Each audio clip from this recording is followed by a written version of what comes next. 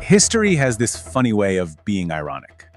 I mean, what if I told you that one of the greatest conquerors in history marched into a foreign land, only to accidentally hand over the keys to its first great native empire? So let's unpack this incredible story. Right? It's this total paradox that's really at the heart of what we're talking about. A foreign army shows up, completely shatters the old way of doing things, and then just leaves. So what happens next? You'd think, okay, chaos is next, right? But nope.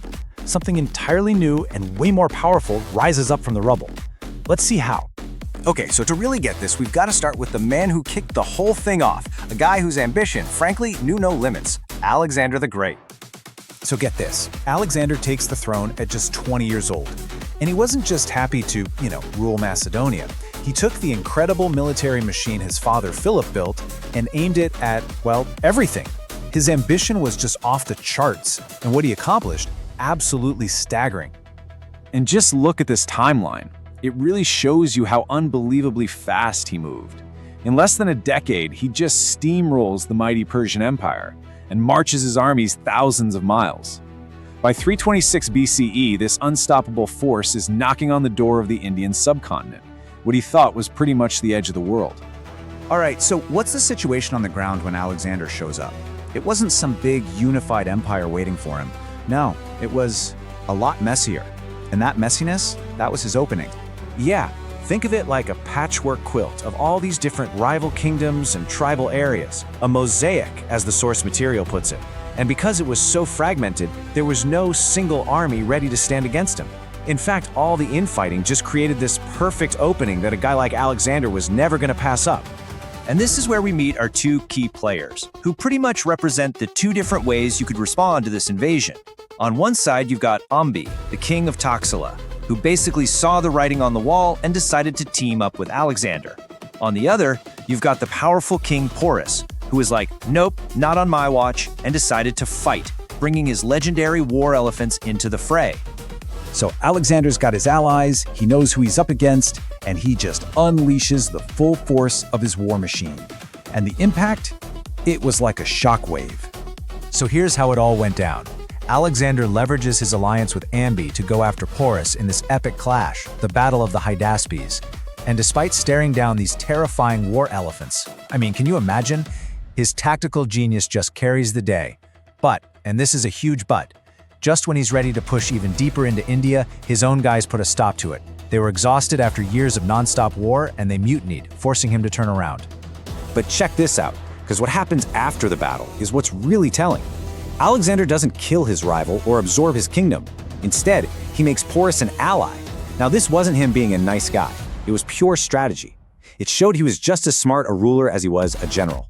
And boom, just like that, it's over. The whole invasion, as powerful as it was, just stops. The mutiny forces him back, and then, only 3 years later, Alexander dies. The man himself is gone, and that huge empire he built, it starts to fall apart almost right away.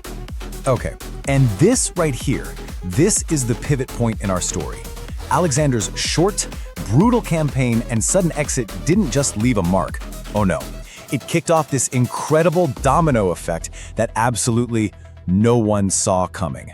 So, domino number one, the old power structure. Alexander's invasion, as our source says, weakened all these small kingdoms and tribes. Basically, he just swept the chessboard clean, knocking over all the old pieces. Domino number two, the power vacuum. The Macedonians didn't stick around to set up shop. When they packed up and left, they left this huge void, this empty space where powerful kingdoms used to be. Suddenly, nobody was in charge. And the result? It was huge. With the old rulers out of the picture and the invaders gone, the stage was perfectly set. The path was now wide open for a new, homegrown leader to step in and unite the whole region. Now, a power vacuum like that, it never stays empty for long. And yes, someone was definitely watching, learning, and just waiting for this very moment.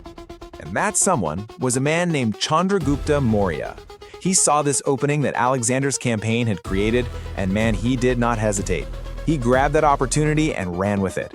This guy was about to build India's first great empire. But get this, because this is maybe the coolest part of the whole story. Chandragupta didn't just fill a void.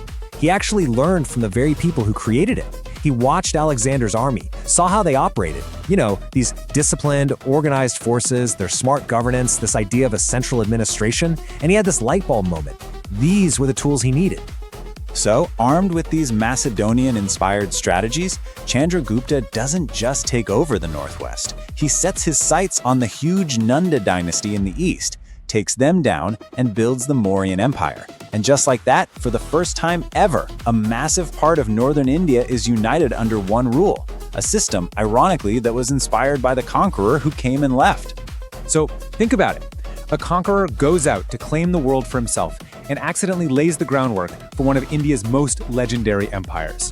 It's just such a powerful reminder that so much of history is about these unintended consequences, right? These ripple effects that nobody, not even a genius like Alexander the Great, could ever see coming.